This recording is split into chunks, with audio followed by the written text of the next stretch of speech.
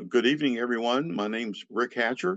I'm retired historian for Fort Sumter, Fort Moultrie National Historical Park, and I'm happy to be here with you this evening and present this program on the history of Fort Sumter, of course, based on my book published by Savas Beatty in December 2023, titled Thunder in the Harbor, The History of Fort Sumter.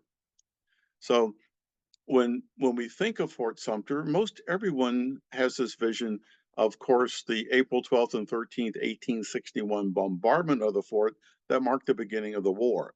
But also most people think that the war then left Charleston and Fort Sumter and went to the battlefields like in Virginia and Tennessee and other places. But actually the history of Fort Sumter and the war especially is much more detailed and in depth than most people realize. So we're going to start with the War of 1812 to tell the story. Of course, we have the burning of Washington, D.C., August 24th, 25th of 1814. Then, of course, after the war, in President James Monroe's December 5th, 1815 State of the Union address to the Congress, he called for a liberal provision for the immediate extension and gradual completion of the defense of our maritime coast. From that, we would begin building what we know as the third coastal defense system.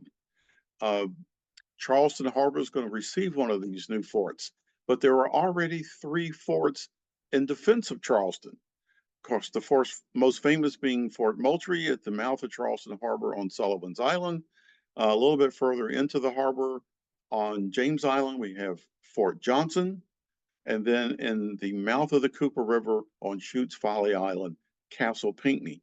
Now, all of these forts predate the War of 1812, and with the advancements made in warfare, naval weaponry, larger ships, warships, etc., these forts were considered inadequate, like many other along the nation's maritime coast, to defend these important harbors and cities from an attack from the sea.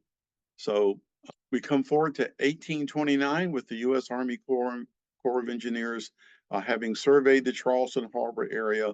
They select this site across the main shipping channel from Fort Moultrie, about a mile to the west on a shoal, and this is where they select to build the new fort. Construction will start in 1829, and initially they're going to bring in 109,000 tons of granite and rock and build an artificial island sitting about 5 feet above the surface of the harbor. As you can see in the upper left-hand image, that's a mole showing the general outline of the fort, a pentagon-shaped structure. And eventually, this 109,000 tons of rock and granite will rise to where they're sitting 5 feet above the surface of Charleston Harbor's waters. The walls are going to be 7 feet thick, and the fort will contain 3 tiers on each of its 5 walls, with the 4 principal walls facing the main channel mounting cannons, and also another tier of guns on the back or gorge wall side of the fort. Overall, we're going to have 135 guns designed to be placed in this fort, with living quarters for 650 officers and men. Now, as construction continues, not until 1833 will the fort receive its official name. Along with 8 other forts, on April 18th, 1833, from the Adjutant General's office, Order number 33 will name these forts, and the one at Charleston Harbor will be named Fort Sumter. It is named in honor of Brigadier General Thomas Sumter. Thomas Sumter had died in 1832 at the age of 97. He was the last surviving general officer of the Revolutionary War. He had been a South Carolina militia general. So this is how we get the name for Fort Sumter. By 1860, Fort Sumter stands about 90% complete. But things will change and construction will come to an end because, of course, on December 20th of 1860, South Carolina secedes from the Union, and that secession meeting and the signing of the Ordinance of Secession takes place in Charleston. So here's the situation in Charleston Harbor as of December of 1860. Castle Pinckney is only garrisoned by an ordnance sergeant and his wife and daughter. Fort Johnson has been abandoned since the 1820s, but this is where all the supply materials for the construction of Fort Sumter have been stored before being taken over to the fort. Fort Sumter is under the jurisdiction of the United States Army Corps of Engineers because it's still under construction. But across the way at Fort Moultrie on Sullivan's Island, we have Major Robert Anderson in command of that fort, along with companies E and H of the 1st U.S. Artillery. Counting all the officers and a contingent of 3 U.S. Army Corps of Engineer officers, Anderson will have at his disposal a total of 84 officers and men. Anderson quickly realizes when he arrives in command of Fort Moultrie in November of 1860, and that he needs to make an inspection of all the fortifications in Charleston Harbor. And in one of his first reports, this is what he says about how important Fort Sumter is. He says, quote, in this November 23rd, 1860 report, "This work is the key to the entrance to this harbor. Its guns command this work and could soon drive out its occupants. It should be garrisoned immediately." Later, on the December 9th, 1860 report, he once again emphasizes the importance of Fort Sumter. It says, "Fort Sumter is a tempting prize, the value of which is well known to the Charlestonians. And once in their possession, with its ammunition and armament, and garrisoned properly, it would set our Navy at defiance, compel me to abandon this work," meaning Fort Moultrie, "and give them the perfect command of this harbor." So as he's writing these messages and reports back and forth with Washington and getting responses, about the best support he gets from the outgoing President Buchanan administration was that he will be given the option to move his command to any of the harbor defenses or fortifications that he considers provides him the best state of defense. And he makes that decision on the night of December 26th, 1860, moves his command from Fort Moultrie to Fort Sumter. Located in the mouth of Charleston Harbor, it's completely surrounded by water, and technically it'll be the most defensive position he can maintain himself in. He will quickly begin working on improving the fort's defenses, mounting guns, etc. Now, in response to this, of course, South Carolina militia forces rapidly move in and take all the other federal installations in the Charleston Harbor area.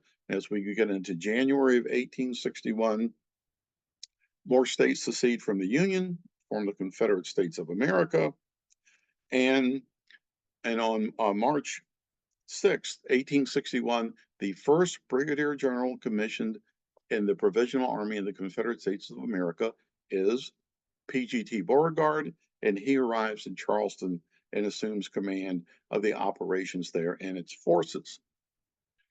Moving forward to into the spring of 1861, with the great improvement of fortifications for the Confederates in and around Charleston Harbor, and after the final rejection of Confederate demands for the evacuation of the fort, we have the firing on Fort Sumter, the first shot coming from Fort Johnson at 4:30 in the morning on April 12th, 1861, from a 10-inch Seacoast mortar.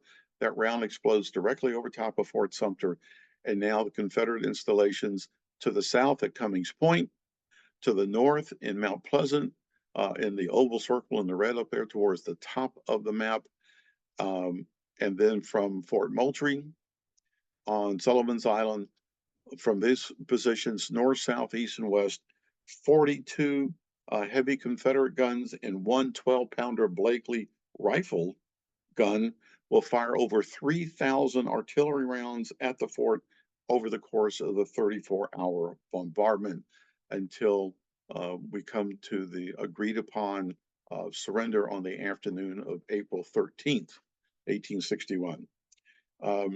With the Federals evacuating the fort, the Confederates move in and they examine the damages.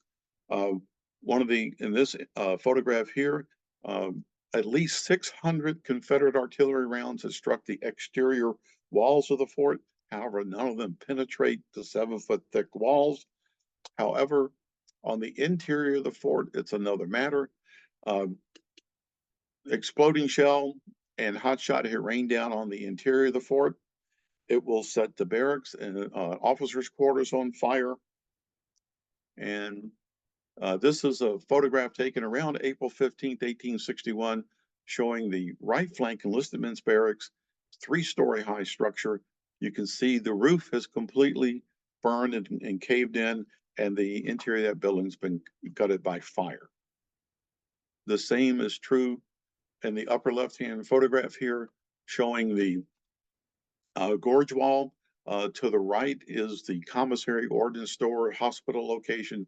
You can see how that's been completely gutted by fire. To the left of that was the officers' quarters. They're in the same condition. And in the lower photograph, we have the left flank enlisted men's barracks. And once again, you can see that completely gutted by fire. This is one of my favorite photographs of the war. It's taken inside the fort, obviously, after the bombardment. And from this photograph, you can take this all the way up to the current day. You're driving by a construction site, a bridge, a building, or whatever, and it seems like there's only a couple of men actually doing the physical labor, and there's a whole group of supervisors standing around watching those 2 men do the actual work. So in this photograph, you can see we have 2 men with wheelbarrows doing the real work, and then we have a whole group of officers standing around watching these 2 men do the actual work. But obviously, in reality, everyone has stopped in this photograph to pose for the photographer. But this shows, the Confederates are going to come in and quickly repair the damages and put the fort back in the best fighting trim they can. But overall, what does the bombardment of Fort Sumter mean, along with South Carolina secession? To the north, this is where secession, treason, and rebellion begins. December 20th of 1860, South Carolina secedes from the Union in Charleston. Then on April 12th and 13th, they bombard the United States garrison at Fort Sumter. So overall, over the course of the war, the taking back of Fort Sumter and Charleston will have a great morale boost to the United States war effort. Also, they realized that Charleston is the most important blockading running a port on the South Atlantic coast of the Confederacy, if not the entire Atlantic coast of the Confederate States of America.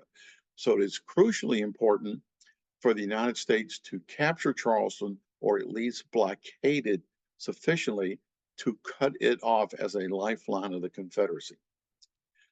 On the other side of that, the Confederates, of course, realized the importance of Charleston and Fort Sumter, as this is now considered the birthplace of the Confederacy. With the secession taking place in Charleston, and of course, with the bombardment of Fort Sumter, that marks the beginning of the Second American Revolution. This is where they begin their fight for nationhood. So it's a great morale factor for the Confederacy to hold on to Charleston and Fort Sumter. And of course, they too realized that Charleston is a critical lifeline of the Confederacy as a blockade running port on the Atlantic coast of this new nation. So the Confederates are going to do everything they can to hold on to Charleston and its defenses, in particular Fort Sumter. And the North is going to do its best to try to eliminate Fort Sumter in Charleston. And so the first major victory for the Union in the war will take place on November 7th, 1861, when a U.S. naval force under the command of Samuel DuPont will sail down and quickly overwhelm the Confederate defenses at the entrance of Port Royal Sound. They will move in and occupy Port Royal in Beaufort, South Carolina. And at this location, then, the United States Navy will establish a base of its operations called the South Atlantic Blockading Squadron, and all the United States Navy's operations against the coastlines of South Carolina, Georgia, and the Atlantic coast of Florida will be based out of Port Royal. And you can see in this map where Charleston's up in the upper right-hand corner of the image, and in the lower left-hand corner, you can see Savannah. Also, the United States Army moves in here, particularly onto Hilton Head Island, and that's where they will establish the headquarters for the Department of the South, and all the United States Army's operations against the coastlines of South Carolina, Georgia, and the Atlantic coast of Florida will be based out of Port Royal for the rest of the war. Now we move into 1862. In April, several things are going to happen. Major General John C. Pemberton is in command of the Department of South Carolina and Georgia. And on April the 10th and 11th, the United States forces have moved down from Port Royal, established breaching guns, especially rifled artillery, outside of Fort Pulaski, and in a 30-hour bombardment, penetrate the walls of that fort, and it will surrender. Federal forces will move in and occupy Fort Pulaski for the rest of the war. And now Savannah is essentially cut off as a blockade running port for the Confederacy. Now, just before this, of course, we've had the Battle of Shiloh, April 6th and 7th, 1862.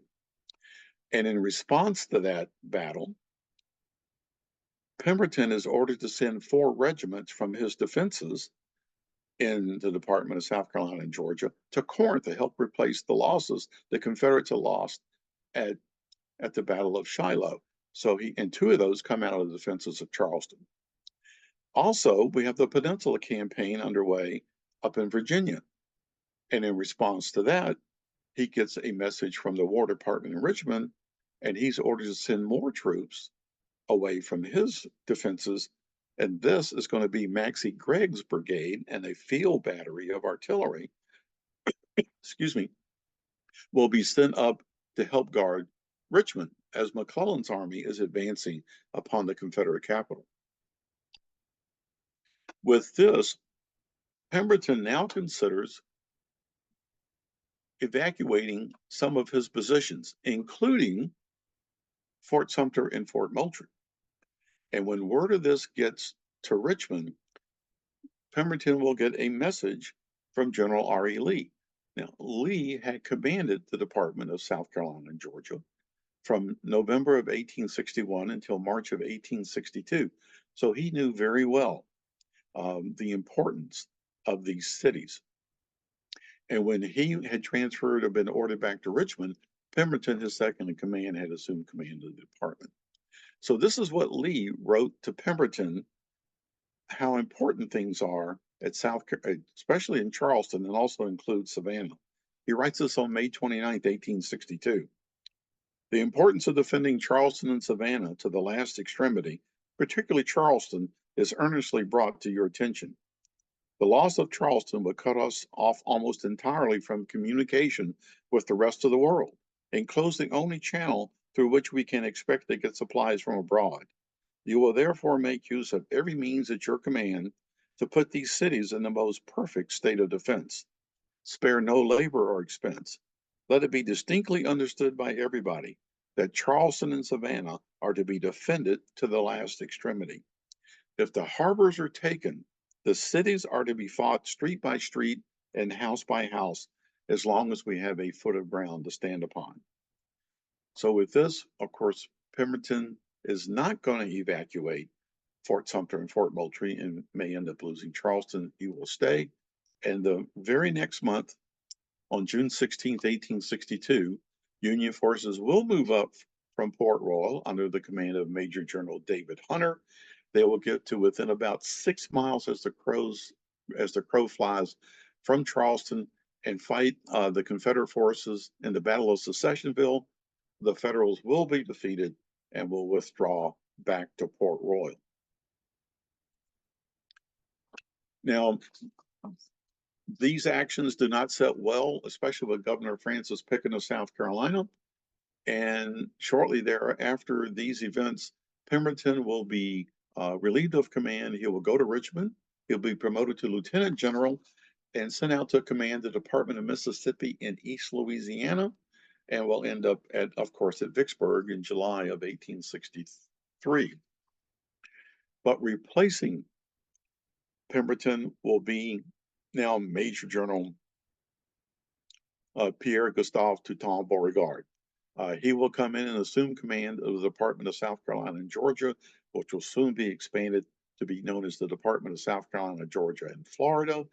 And of course, Beauregard is an excellent engineer officer, and he will work tirelessly to improve the defenses, especially in the Charleston area.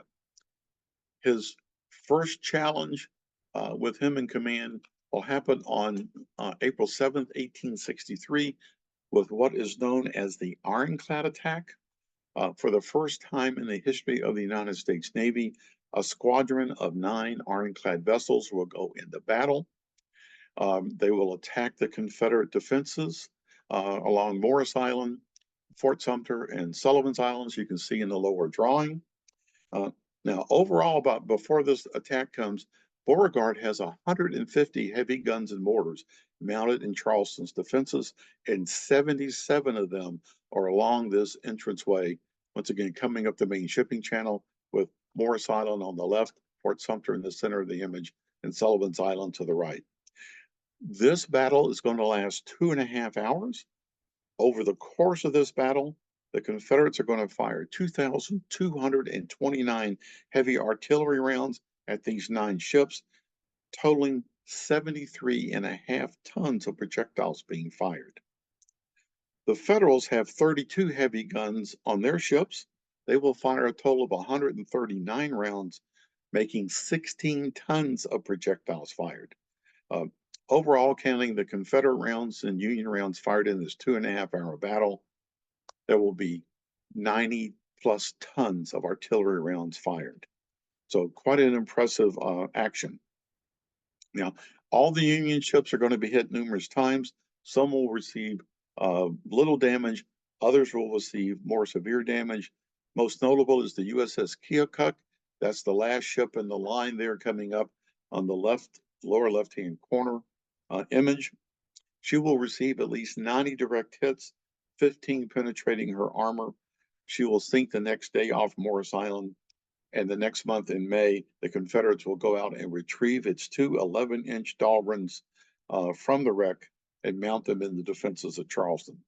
Overall in this battle, though, the ironclads will protect their crews, and the fortifications the Confederates have, both the brick forts and the earthen installations they built, will protect their soldiers as well. All told, there are 21 casualties, the Confederates losing 4 killed, 10 wounded, and U.S. losses is 1 mortally wounded and 6 wounded. But of note in this is Confederate Alfred Moret's report after the battle. And he wrote in his OR report that at 2:55 p.m., quote, the garrison, regimental, and palmetto flags were hoisted and saluted by 13 guns, the band playing the national air.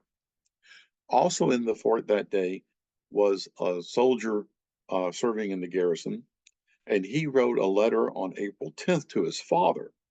And he also wrote that at 2:55 p.m., quote, we fired a salute of 13 guns, dressed the fort in our flags, and the band playing Dixie.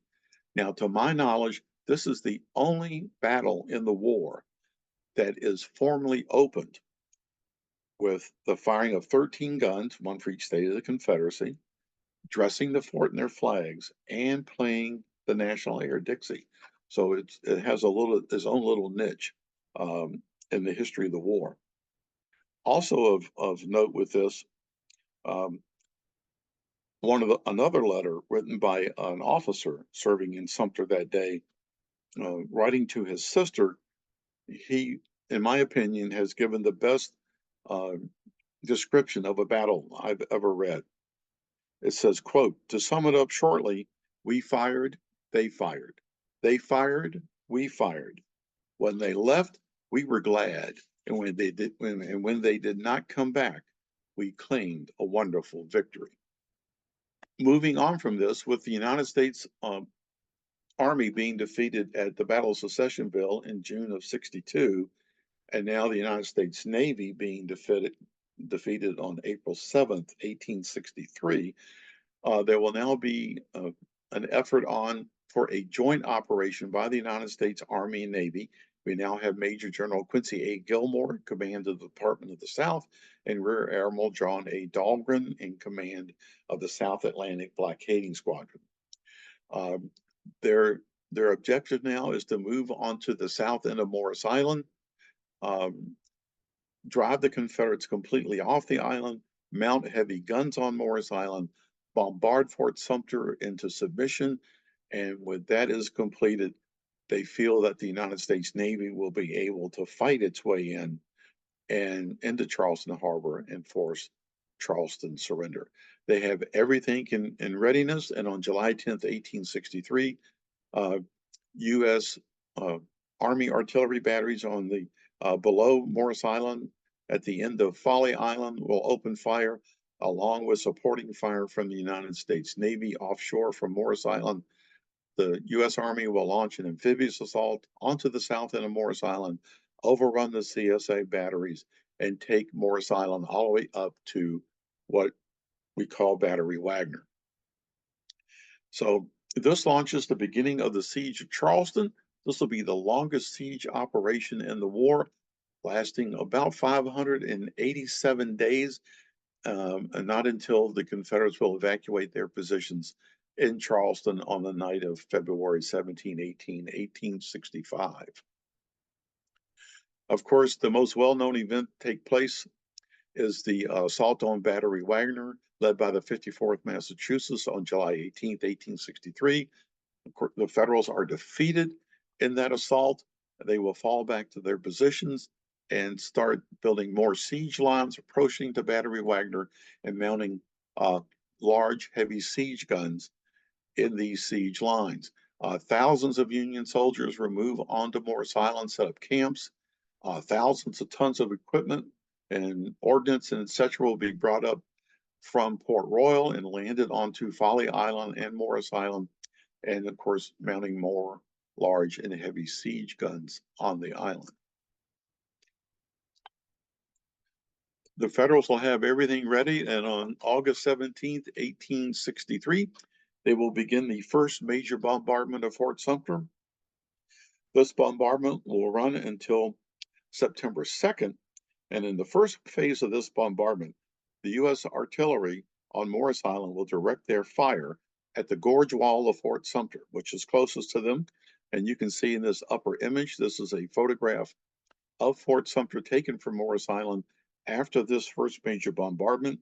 Over the course of that bombardment, in the first 7 days, they will fire over 552,000 pounds of artillery projectiles at the gorge wall. The firing will continue on with more rounds being fired, and over the course of the entire bombardment, 6,828 heavy artillery rounds will be directed at the gorge wall of Fort Sumter. Lieutenant William Gordon McCabe, who is serving in Charleston on staff at the time, will leave this in his diary account on August 19th. He writes, "Ran the gauntlet to Sumter today under heavy fire. The fort is badly breached. The Parrott guns will soon render Sumter a harmless wreck.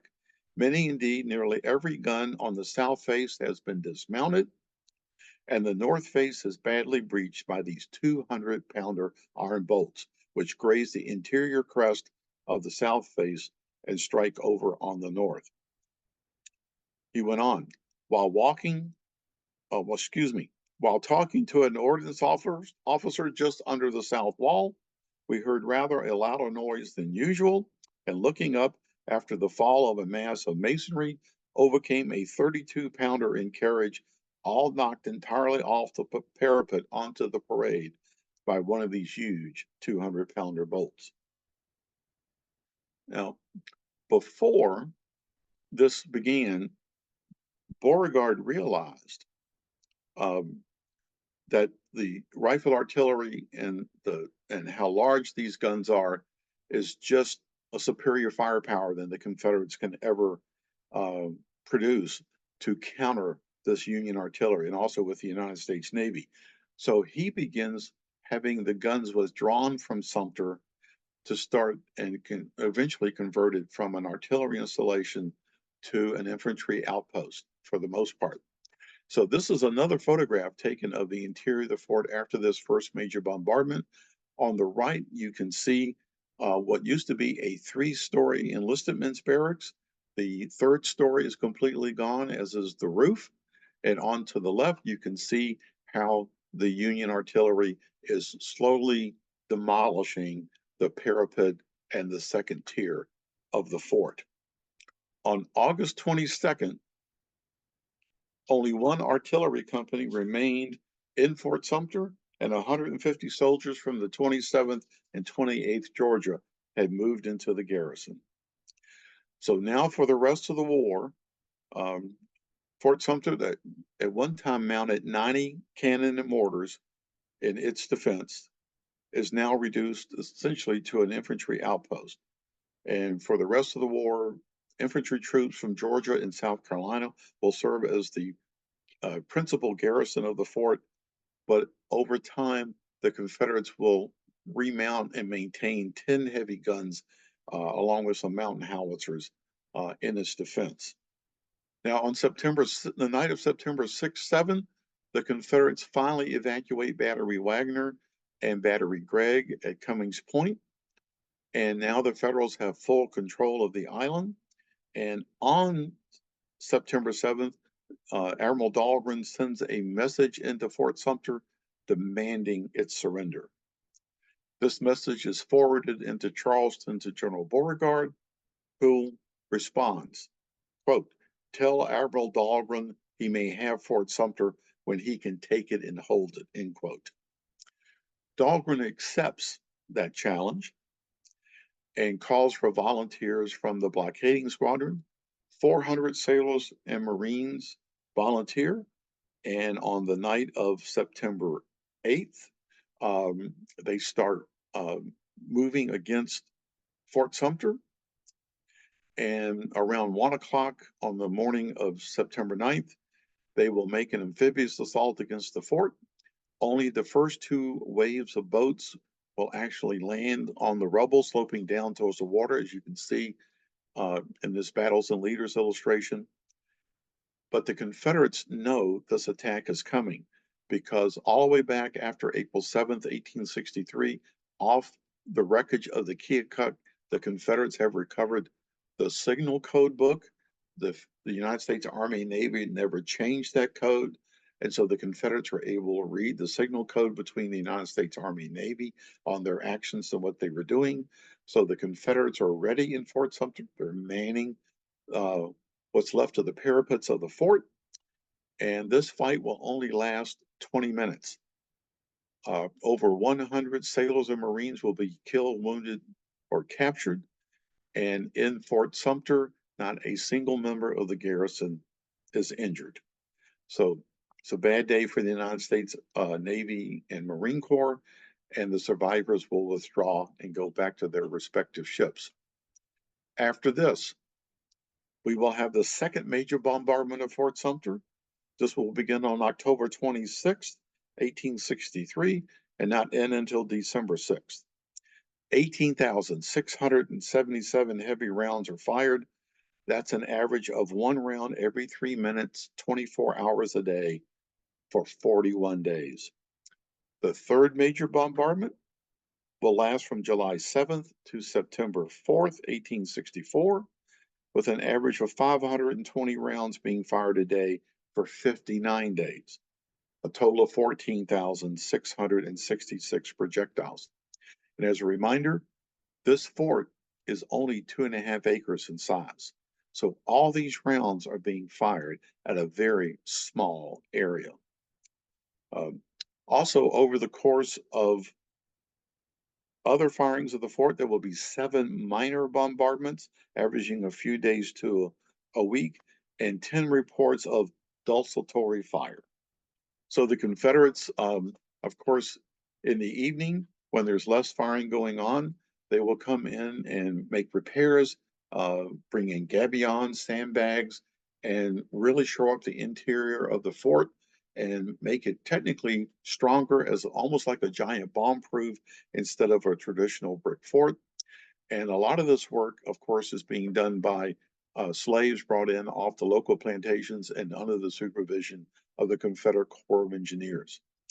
Finally, with General Sherman's army advancing into South Carolina and the Carolinas campaign and taking Columbia, South Carolina on February 17th, 1865, the Confederates were ordered to evacuate their defenses in Charleston, and the last garrison holding Fort Sumter is under the command of Captain Thomas Huguenin of the 1st South Carolina Infantry Regiment.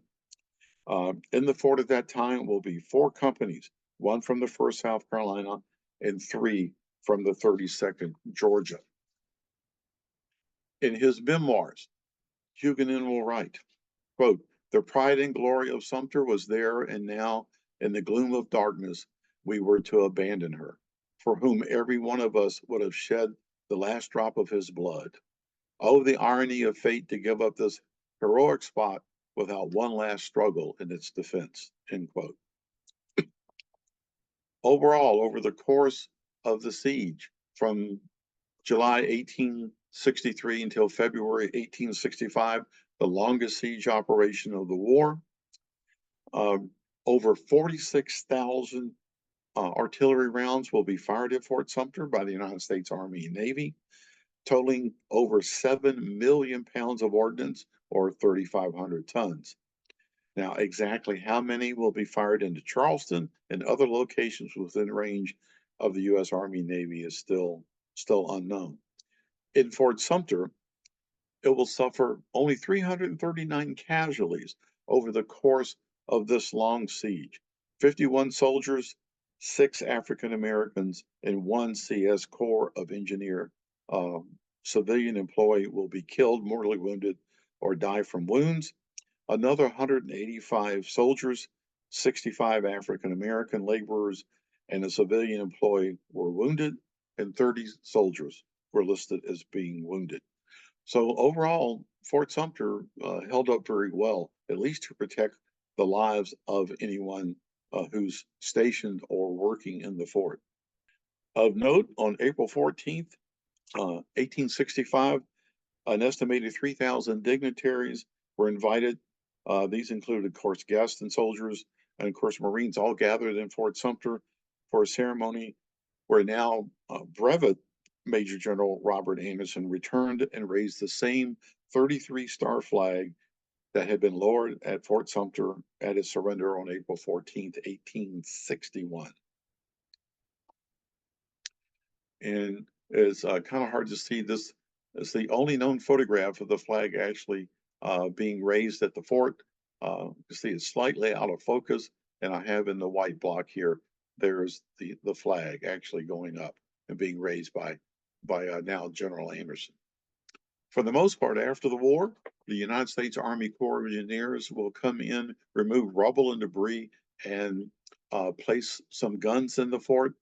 But its primary and most important function will be to house a navigational light to help direct shipping coming in and out of the harbor after the war and into the 20th century. But with the Spanish-American War in 1898, we know brick forts are obsolete. So the U.S. Army Corps of Engineers comes in and builds Battery Isaac UG in the middle of Fort Sumter. It occupies about the middle third of the fort. It will mount 2 12-inch disappearing cannon. These barrels of these guns weigh about 53 tons apiece and are firing rounds 900 to 1,000 pounds, about 10 miles out into the Atlantic. These guns will remain in the defense of Fort Sumter until we get to World War II, when these guns will be considered obsolete and taken out and cut up for scrap for the war effort. They will be replaced with 4 90-millimeter anti-aircraft guns to protect the submarine netting located out in front of the fort in the main channel. And of note, in July 1942 and again in August 1942, a German U-boat will mine the entrance to Charleston Harbor, about 3 miles or so out in front of Fort Sumter. So there was this threat and still a need for coastal defenses. And that's why we have these 90-millimeter guns in the fort. to help protect that submarine netting during the war. But with the end of World War II, fixed installations, coastal installations are considered obsolete. With the advances made in warfare with things like aircraft carriers and long range bombers. So Fort Sumter is closed by the Army in 1947, transferred over to the National Park Service in 1948, and in 2019, the name of Fort Sumter National Monument will be changed to Fort Sumter Fort Moultrie National Historical Park, and still remains as one of the most important locations in the course of all United States history, where this defining moment in our nation's history began on April 12th and 13th, 1861. Thank you for listening into the program.